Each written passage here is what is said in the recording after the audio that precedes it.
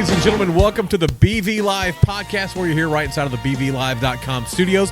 And our guest today, we've got none other than Mr. Lucas Jagneaux. How you doing, man? Look, I'm going to give you a little bump right here since, we got all these microphones in the way. Yeah. Can't really reach. Hard to work around a handshake. I am Adam Drake. We've got Jerrod Lane right over there. And that's a cool Joe Stan Band shirt, by the way. It is. I just noticed that. Midwest is AF. Yeah?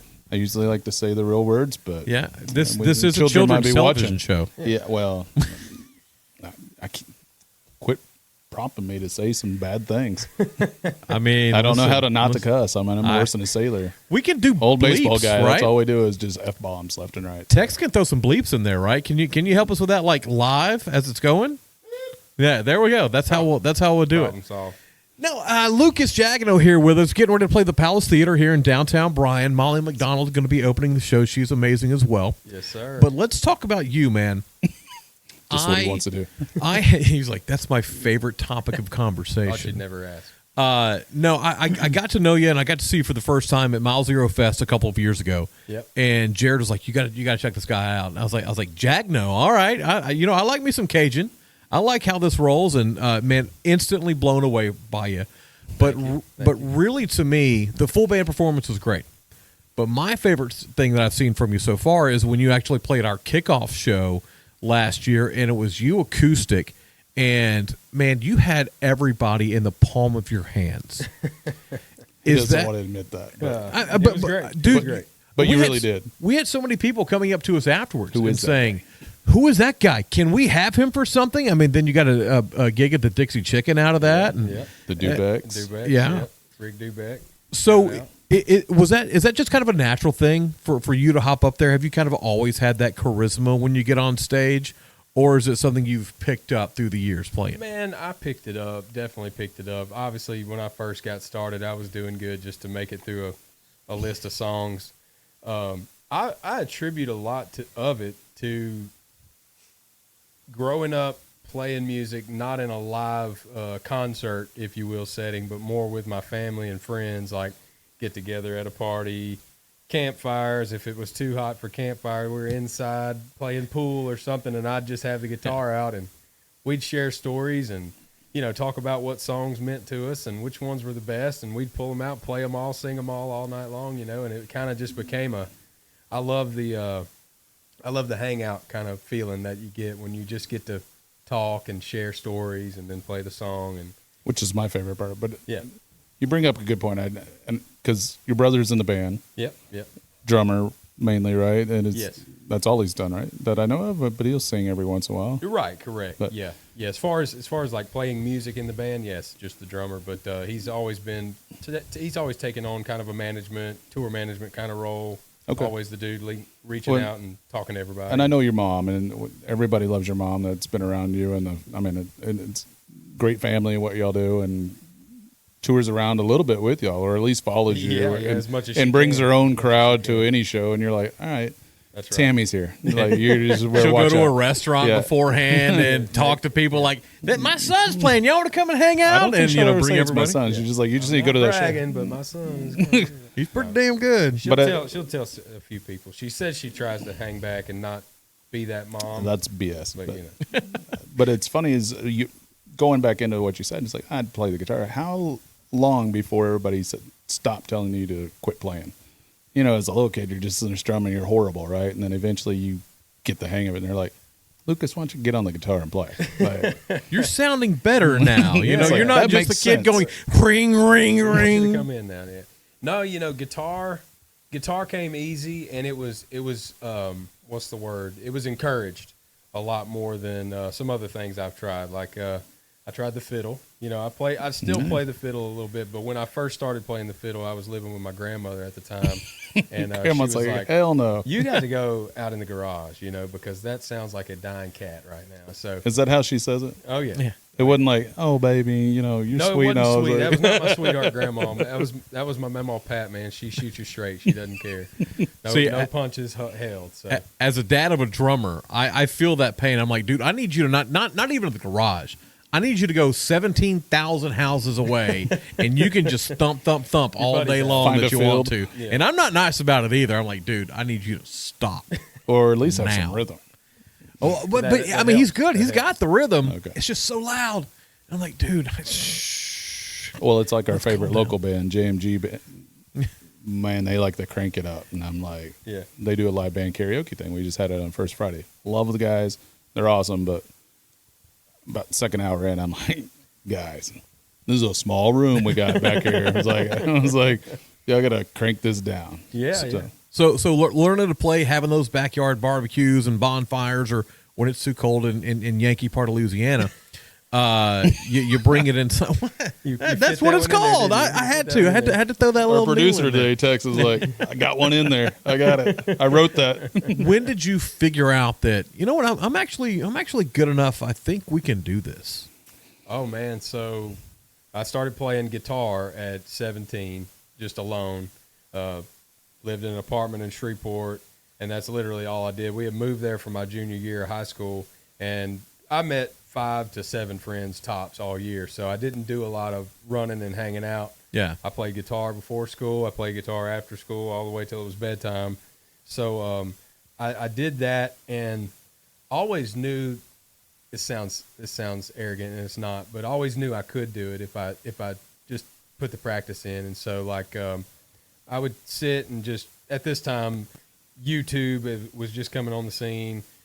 Google, obviously, you could look up any song you wanted to learn, and if I didn't know a chord, I would search the chord and know how to make a G. You know, What's a chord? Yeah, exactly. And so I would just find that, and then I'd find my favorite songs. Hank Williams Jr., Lynyrd Skynyrd was kind of probably the top 2 that I learned at first. Not And, bad. I knew I liked Not you. bad. started learning all that, man, and I knew like I met a buddy, his name was Travis May in Shreveport, who played guitar already, and he showed me a few chords as well, and we would jam, and we actually started writing songs. Yeah. I would not sing them for you today, but we broke that listen, mold right we there. we Were now you have trying the to guitar rap, right too? here. We need you to pick it up and play these early Play songs. one of those That's 17-year-old songs, yeah.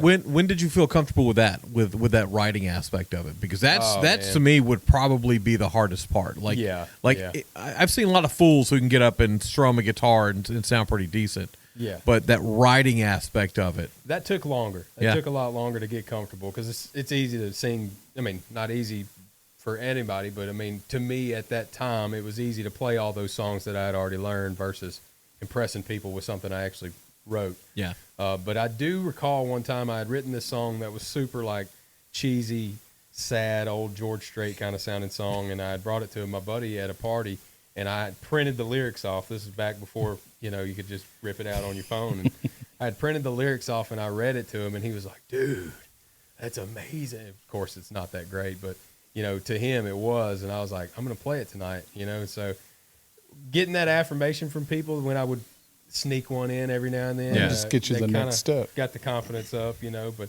there were some bad songs in there that I wouldn't, again, I wouldn't do them today, but they got me where I'm at. And I would say I got comfortable writing so kind of the next step in my musical journey was I got into a band. There's a bunch of guys that were all older than me, all seasoned, musicians who had been playing in bars and stuff back home. And I was just the guitar player. And they wanted me to sing a few songs here and there. But once Look, I wrote this really sad sounding George Strait. When y'all hear that, like, no, let's do this other one. Yeah, We're doing Leonard. We're playing the Firehouse Saloon, man. We don't want to keep these people crying. So, but after that, kind of, of course, they all had jobs and grandkids and things like that just kind of Grandkids? I mean, they were older. They were seasoned. And I loved them all, but I kind of realized that Paw. it was kind of fizzling out, and we kind of weren't playing a lot of shows. I wanted to play more shows, and so I got Tobin, my brother, and Bates Bell, my bass player. And the summer Tobin graduated, Bates' dad, Dennis, who's an amazing singer, songwriter, musician, he always had this killer band space, for him and his guys. Yeah. And so full PA, speakers, drums, guitars. It was kismet, man. Like that was meant to be. Oh, yeah. And so You're like, Bates, you're my best friend. against probably most people's better judgment, he let us in there to just kind of have free reign. And so we started practicing, just learning songs together. And so there was a lot of cover songs. And we started writing together probably 2012, 12, with Yeah. Dennis 13-ish. or Barry? Some with Dennis, just Okay. me and him. Yeah. And then with as far as me and the guys, though, we started writing our own stuff probably around the 2012, 13-ish area. So it took me a while before I would just get up and play several of them that I had written for other people. But you and I have had this conversation. I mean, when we've had you on our deal before, and in between, I've asked is but I've noticed some of the conversations that we've had that you have actually mentioned. It's like you've been in this scene a lot longer than most people think.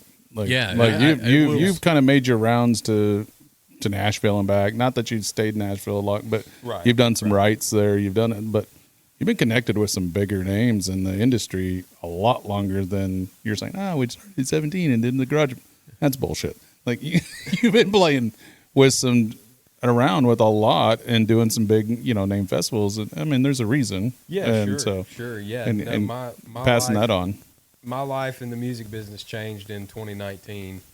Texas Music Pickers songwriting contest there at the Tap. I won it. Yeah, And we're my then, tap shirt today. Oh, there you go. There it is. And so that opened the door to meeting Kim Bryan. She had Kyle come down for the final round, and they invited me. And there was Mile Zero Fest. Mile Zero Fest. They invited me to Kyle Mile Zero Carter. Fest on Gotcha. the spot, like in front of everybody. And so it was kind of one of those hype moments where, not only did I get invited, but I got invited in front of the whole crowd there at the Tap, and it just kind of really cool, And John once Whittington didn't bring you back to the once Tap. yeah, we went back. Okay. We went back a couple times. Good. But once that door swung open, a lot happened. How does it feel getting that invitation? Because you look at a thing like Mile Zero Fest, and to me, it is one of the best festivals I've ever been to in my life. Like it is just absolutely amazing. They treat the artists right, and there's so many just great artists that are roaming around this entire island in Key West. What is it like to get that call, and then you look at your name next to I don't want to mention anybody's name because I don't want to leave anybody off, but Wade's played and Randy's played and Turnpike and Cody Jinks. Right. I mean, we can just go on. What's it like seeing your name up there with them? It was amazing. It was surreal, honestly. And probably the most surreal thing about it was, so I met my wife in 2018, and we started dating in like November of 2018, and so January was just around the corner for 19. And she was like, check this music festival out, showing me the Instagram and showing me the highlights from the year before. And she's like, we got to go to this one day. We got to go to this one day. And I was like, well, we can't go this year because it was already November and December, and I'm like, sold out. January is, that's quick. And so I said, but we'll go next year. And I got invited. So you didn't go and just be a fan. You got to go play it. That was crazy. But as far as seeing my name with those other guys, man, that was just something cool.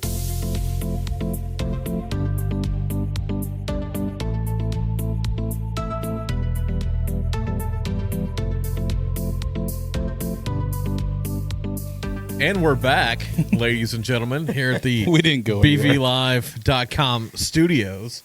Magic. We were talking Mile Zero Fest a while ago, man, and how great it was to play that. I don't know. I don't want to assume you might have gotten a call already, but if you could have your own Mile Zero Fest, right? Oh, man. Give me 3 artists that you're going, I'd like that guy. Who's your 3 headliners? I'd like this person. Yeah, give me 3 nights. Give me a Thursday, Friday, man. Saturday. You can't do 3 nights. There's like 8 people to play a night. Yeah. But your 3 headliners. Your Thursday night big headliner, Friday night big headliner. Give me 3 guys. And listen, I look right here. I'm not saying he's got any inside baseball knowledge at all. No, I don't. But I'm just curious. By the way, who his 3 would be. Jared, do you have 3 off the top of your head who you'd like? dude, That would be like reasonable to get to, by the way. It sounds, I guess, kind of typical, but I'm a huge Turnpike fan. Love Turnpike Troubadours. Always have. Got turned on to them in 2015, and then we went to a show when they played in Bossier City, and it was Playing Bossier City. like I got kicked in the chest out there in the audience. So I've always been a fan of them. We did see Whiskey Myers there one year, and they put on just insane show. That's my number one. That would But be I'm the a- one on mine too. But I'm Okay. a different fan. Like, and how I got into this of anything, and I can kind of, because you're a traditional, I don't want to say completely traditional. When you're the full band, it's a lot of live, it's a lot of energy in it, as it should be. But you guys are like true honky tonk band. Like, Yeah. Like, if Harry's was still here, I'd want you guys playing Harry's. Like, we need to get those people up and we need to get them dancing and doing that.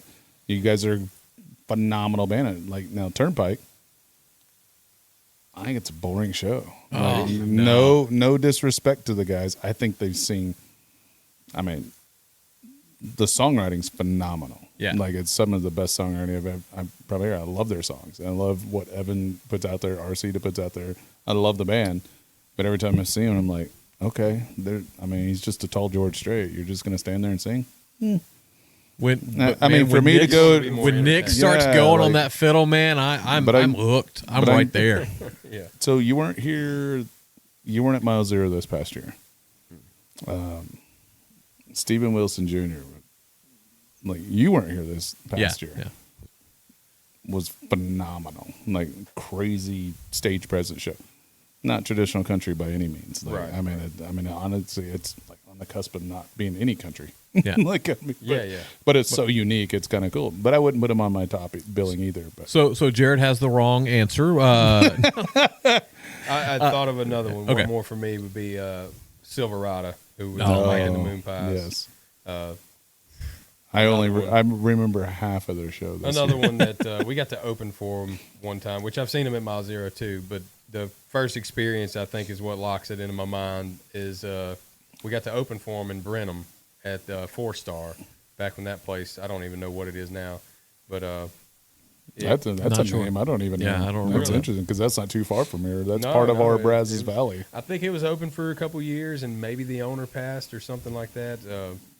Great guy, loved music, had a beautiful place, and we opened for them one year. And my brother Tobin, drummer, who had been trying to tell me about these guys, and I'm one of those people that, you know, it takes me a while. When you start telling me about somebody to check out, I'm not going to go immediately and check it out. I don't know why. if I don't, I'm going to forget. So I have You to be the are, one that yeah, has to okay. check it with them. I'm a little more like that. Like, I'm like, okay. Yeah, like, if I remember it, I'll look it up. So Turnpike, Silverado, and did you say Whiskey Myers on that too? Yeah, yeah. Was that Man, I think Whiskey Myers, to me, that's a show that I have not seen in far too long. Like, I love those kids. I say kids because I remember when they were 19, 20 years old, Yeah. coming to the studio, and Cody Cannon didn't know how to give an interview, and I'm like, dude, we're just talking. He's like, still yeah, don't man, think he does. yeah, cool, man. He doesn't yeah, care. yeah. But I loved them because they were such great kids. They were such great people, and to see their rise has just been amazing. Oh yeah. It was overdue, I'm sure, in their book. 'Cause Yeah. It was, they'd been at it for a while. Well, I saw probably what my favorite show I've ever seen live was them at the Red Rocks. Yeah. Yeah, And they wouldn't do Red Rocks until they were the headliner. Yeah. And they would That's not what do I've it. Yeah. So they did that, Shane Smith and Southall. And I mean, Southall is one of my favorites that really hasn't gotten their due. yeah. They don't really get. I mean, the kid's really good too. I like So I good. like him. I mean, And they're on big- that more rockin' side of stuff too. Yeah, I mean, well, to me, they're the true. I mean, that's almost not. I mean, Shane Smith is such a intricate and unique, Absolutely. like, but so much energy. Unlike anything else. So they're one of mine that would probably be on that headliner. You Yeah. got Whiskey Myers, Shane Smith, Silverado, arguably, especially at Mile Zero because they love Mile Zero. They kill it. The fans that go to that, they love those guys. I mean, when they come out in tracksuits one year, they just did all this like, it's Mike's crazy anyways, but and then they do it right. It's fun. Absolutely. I remember seeing them for the first time. They came to the Tap, and I think this was just after I got out of radio. And they're like, "Hey, I'm Mike from Mike and the Moon Pies," and I look over, I'm like, "Really? That's your band name?" And they were great. They knew it was a joke. Like they were in on it because they named themselves that. But it was just real fun to see them then. And I was like, "Yeah, these guys are really good, man. They might They might have something going, and then all these years later, they're like, everybody at Mile Zero Fest loves them. Wait, I started to talk with my hands again. I was afraid the cameras started going off. No talking with hands. For as small as Mike is, I mean, of course, I'm a big guy. I get it. Mike's a small guy. Mike's a little dude. But that guy has more confidence than 10 people. Oh yeah. And I think that's what carries him is that he didn't care. Yeah. And it's funny is that we have a local guy here who's a giant of a man. He's 6'8" that used to play in the band, like in the garage, just hang out. And now he's an attorney here in town, and he does wrestling, and it's awesome. But it's like, yeah. And I'm like, what the hell is in the water over there that y'all have? Because he's an attorney and he's a wrestler on the other side of things, and I'm like, what was in the water over there that y'all hung out and did this, and you got that guy's confidence and your confidence to go, I'm gonna wrestle. Yeah. If the music thing didn't work out, what was your backup plan? Did you think maybe you can go be a wrestler? Wrestling. I mean, wrestling was big on my list back when I was probably 10. Yeah. I mean, me and my brother had the belts. Oh, that and wrestling. We had now you're talking Adam's language. Yeah, You're talking sorry. No, he's a wrestler. Yeah. We'll go Southern on it. All right, Mid South Coliseum. That is Adam's language right there. But yeah, I could see you as a wrestler. You and your brother. Yeah, doing a little. Yeah, I would love that. What's the wrestling name? I think you're just the Jagneaux bros. I hadn't thought of it, man. You're just the Jagneaux, man. I think that's perfect. Oh, the Cajun Jagneaux. Yeah, that's right. What was it? Wasn't there like a wrestling like duo that was something like that, like the Swamp Brothers or some shit like that? There have been many terrible gimmicks of stereotypical Southerners. That's what you need to the do. Godwin That's brothers. How you get back on you guys get back to Mile Zero, you're gonna have to wear a whole wrestling outfit. Oh my gosh! You don't want to. See hey, we might have time tonight before you hit the stage over here at the Palace. We can go get you some wrestling garb, man. We'll throw some belts on you. Man, nobody wants to see that. I'm not saying you got to wear the underwear. Give me 6 months. Yeah, 6 months. You need to do the sleeveless shirts with, the one piece. Yeah. The one piece. Singlet. We'll get technical and call it a singlet. No, what was step number 2? What was option number 2 for you? Man, I always struggled with that. I really did. Of course, a few things have come and gone. I think always in the back of my mind, and I don't know if it'll ever happen, but always in the back of my mind was my grandfather. He started a car dealership back in, I don't even know when he started it, but he dropped out of school in the 8th grade, ended up working for a repo company, and then he wound up in Shreveport, met my grandmother, and then he started a car dealership, which my dad, his brother, and my brother all have worked at and still do, except my grandfather, he passed away, but the other 3 are still owning and operating that business. And I've always thought, well, if nothing else could work out possibly. Well, this is funny. It's like, because you're the second artist that we've had on here sitting in that chair saying, I got a car dealership. Corey Morrow. Corey's doing his own car dealership. No kidding. But it's more used car, like doing wholesale and like, yeah, that's like taking some. He wants to do more of the hot rod kind of wholesaling. Yeah. He wants to tinker. He wants to do it more fun. Yours is more what I grew up in the car dealership. So my dad was a mechanic and a service tech for. You call him a mechanic. I guess that's faux pas anyway. I don't know, but he's a mechanic in my book. But so I lived in dealerships. I grew up with it. I was a car sales guy for a little bit. So I mean, I know how bad you don't want to do it. Well, it's never been. It's great money. Crazy enough, I'm the only one that hadn't had any part of it, but I mean, it's always been in the back of my mind, kind of like, and not in a negative way, but like if I absolutely couldn't figure this out, I have something that I can do. So I do have to ask you: do you do the car dealerships jingle? I think you would have to. No, how are you not? I haven't, dude. Yet. If you were my brother, or my, I'd be turning around like, all right, we need a new jingle. This Triple J Motors.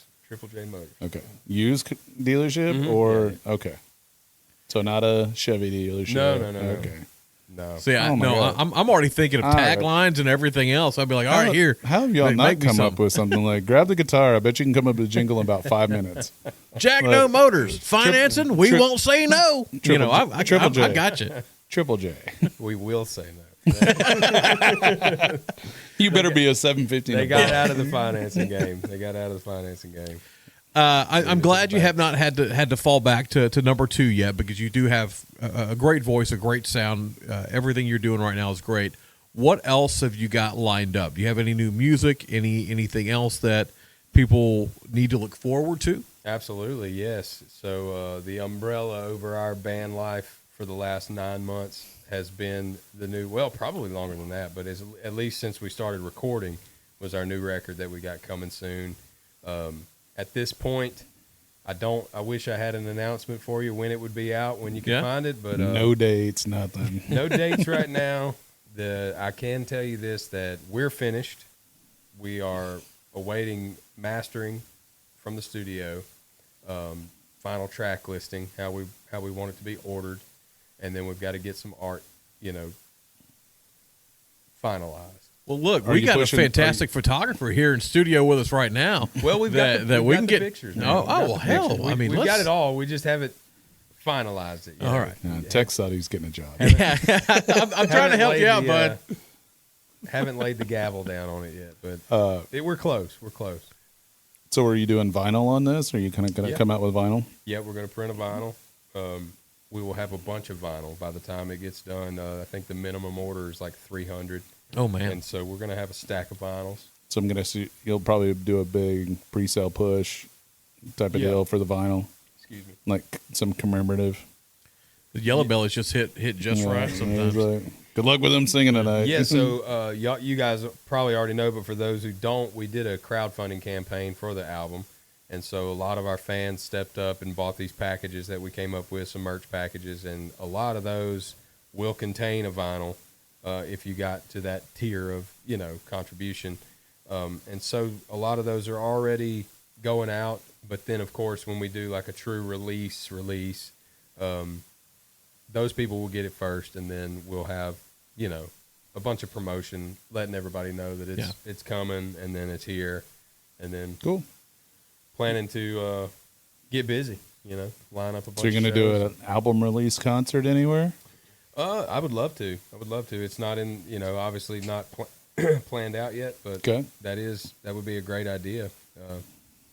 What about some insight to the record?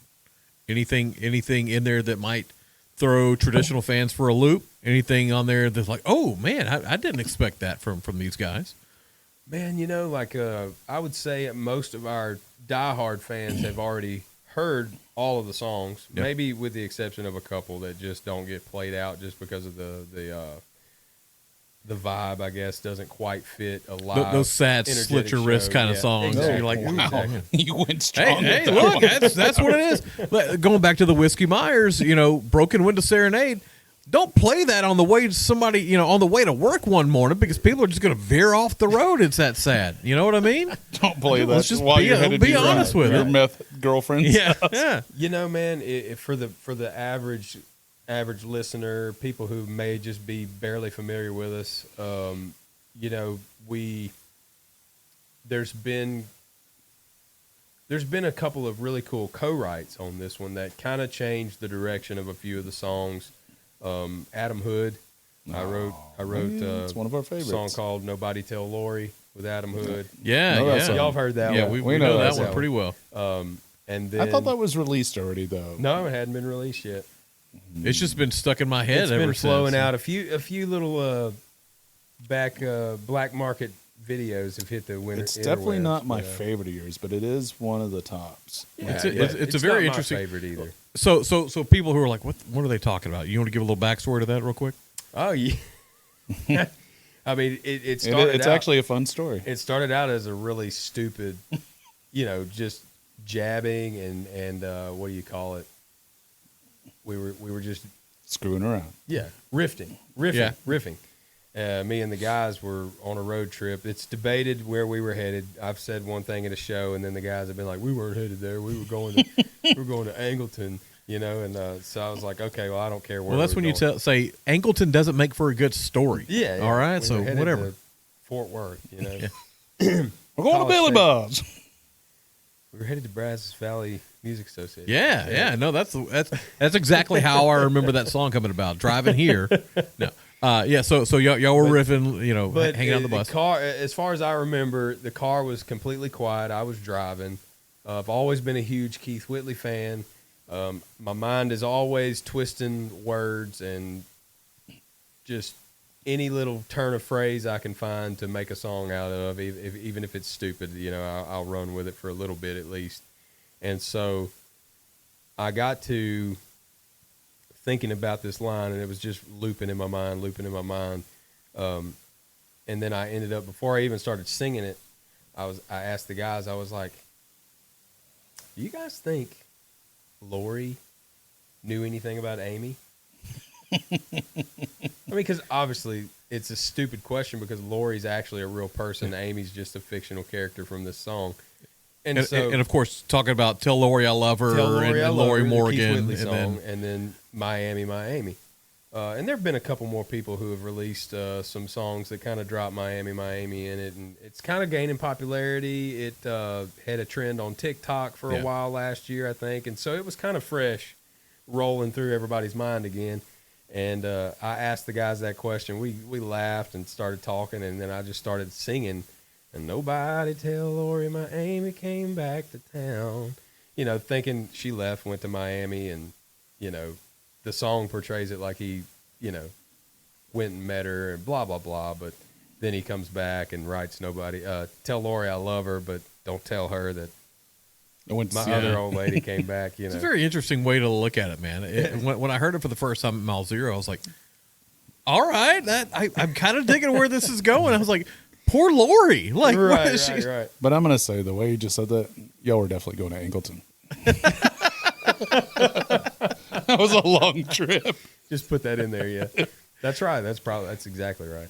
All right, so no word on when that's going to come out, but it will be coming out. It is coming out, man. It's done. It's we're waiting on the last little the star on the Christmas tree, man. Is all that's. Well, let's just say it's coming out in Christmas. We'll put that star up there. Then. I wanted to ask you something that I don't know that I've heard this or not, but have you done any duets? No. I'm trying to make sure I'm telling the truth there. I've talked about it and discussed it before, but it never.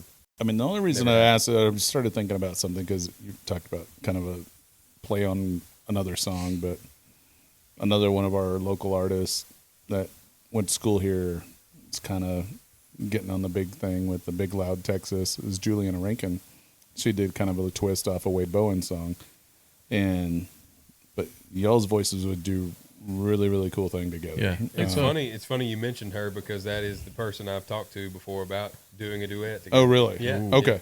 Yeah. It's been years ago. We were still working. God, it can't be too long. She's a baby. We were still working in Tyler, so probably 2023. Recording some songs up there, That and kills me. That's 3 years ago. Yeah, we cut a track called "Blue" that my buddy Jordan Nix wrote, and Love Jordan around here. got to listening back to the mixes on that, and me again. I guess one of those road trip brainstorming activities. I was like, man, this would be super cool if the second verse was a chick singing the opposite of what I'm saying. And I did reach out to Juliana. I met her down at River Jam, probably 2022, somewhere in there, and she blew me away. She's amazing, really good. But we never put a plan together. One reason being about after that session was through, we were letting some people hear those tracks, and it was just kind of to the point where we needed to step our game up with our production value. With the songs we were putting out, we couldn't keep doing the same kind of level of production that we had done since 2020. And so we wanted to step the game up. We wanted to be better. We wanted our record to sound better. So we ended up going with a new producer for the album, which we can talk about. But all that to say, that kind of put a dampering on those sessions that we were doing. We quit even thinking about that stuff, and we started turning over here, and Looking writing songs, forward, getting trying ready to go ahead. Yeah. go in this direction. So none of that stuff, all that stuff got kind of shelved, honestly. Y'all should cut one. Just I think you and Juliana definitely would sound great, and I'm a huge fan of duets. I think especially Ella Langley and Jamie Johnson did a cover of "Young Love." Oh wow! And the way they did it, they traded off the verses. Like when it's talking about the girls' part, she's Ella singing that, and then Tommy comes in and he starts singing Tommy's part. I was like, oh man, it's such a great way to do that. Dude, and, I got to check that out. I've never heard it.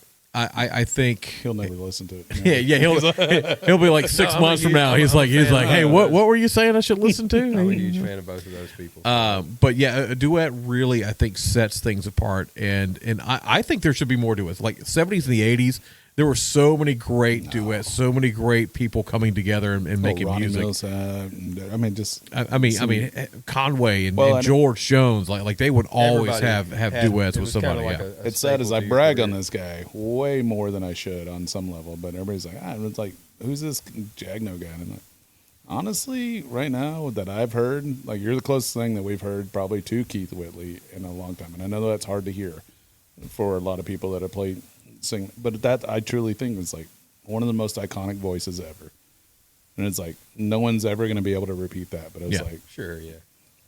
but that I do think that, and like you doing the Laurie song is like, all right, there's a reason. Yeah. And I was like, so it just hits even more. And people are like, I don't hear it. But when you did our show, that's why everybody came and was like, who in the hell is that guy? Yeah. And why haven't we known who he is? And I'm like, no, he's pretty phenomenal because And this is one of the things that we talk about with the Brazos Valley Live Music Association and BV Live. There's so many artists that live here, have gone to school here, tour through here, that are, in our estimation, underrated or undervalued. And to me, to Jerrod, you're one of those guys that we hear you were like, everybody should know who this guy is. Yeah. Everybody should know who Molly McDonald is. Everybody should know who Juliana Rankin is. And our goal is to help promote guys like you, girls like them, and all the artists that are here, no matter the genre. Look, obviously I'm a country guy. That's what I like. But whoever sits right here, we want to share their stories. And Lucas, we appreciate you coming in and sharing some of your stories with us. And we can't wait to have you back. We can't wait to maybe next time you come through here, you'll have this new record out, and we can put one of those cool vinyls right over here. I'm on gonna put our on pitch side. in for the album I sure release. hope so. Yeah. We can Right here at the find a way Parker to do one, man. That would be amazing. But we appreciate you taking the time to come in, Absolutely. and hopefully between your drive from Bryan, Texas to where you heading off, New Braunfels, right? Yeah, so, we're heading down there for River Jam on Sunday. Let's hope that conversation between here and there, you can go, what about this kind of a song? What should we do here? Yeah. And then you can now tell the story like, oh yeah, we wrote that coming from the Brazos Valley. That's right. Mark that off. That's right. I'll be thinking. They won't be that. They're gonna be like, I'm gonna hit Bass Trap, going to Bucky's. I gotta go to Bucky's, and I'm gonna hit another Bucky's over in New Braunfels. Like, oh, we're here. Yeah, there we are. Did we talk about music? Nope. No, we were eating our beaver nuggets the whole way down. Oh, man. I sweated my ass off at the Palace all night last night. Here we go. It's getting cooler out there now. I hope so. Ladies and gentlemen, that is Lucas Jagneaux. This is the BVLive.com podcast. We appreciate you coming in. Any final words, any final thoughts that you want to give to the folks watching, listening right now? Yeah, so if you've been a listener of mine already, thank you so much. If you're just finding out about me, be sure to keep your ears on the ground for the new album. That's about the next best thing I can say is coming up. Like I said, when we get that ready, we're going to be booking some tour dates and hopefully get out there and get that thing supported. So just be on the lookout. And the people that haven't found you, where do they find you? Oh yeah, lucasjagneaux.com is my main website, linked to everything else. But obviously, if you do your main searching on Facebook, we're on there, Lucas Jagneaux, Instagram, YouTube, got some music videos out, and try to post a few acoustic shots here and there every now and then. So Remind the non-Cajun people how you spell I Jagneaux. was going to say, Sorry, for those of us that don't speak, for those of them that don't speak fluent Farmer Fran from Waterboy, yeah, which is crazy because, like you said, I'm considered a Yankee Louisianan. I live up north. Thanks, Grandpa. But JAG, Jag, and then NEAUX. No. Go Tigers. Jagneaux. Love it. I love it Or too if you're because down south, they say Jagneaux. Well, Jagneaux. honestly, my favorite stickers you guys ever have is the JAG-NO. No. Love it. ladies and gentlemen, that is Lucas Jagneaux. I am Adam Drake and Jerrod Lane for the BVLive.com podcast. Go online right now to BVLive.com and find a whole list of concerts that are available right here in the Brazos Valley. A lot of them absolutely free. We've also got articles. We've got artist highlights, or maybe you're looking for the next cool venue that you're wanting to go check out these concerts. We've got all those online at BVLive.com. Go and find your show.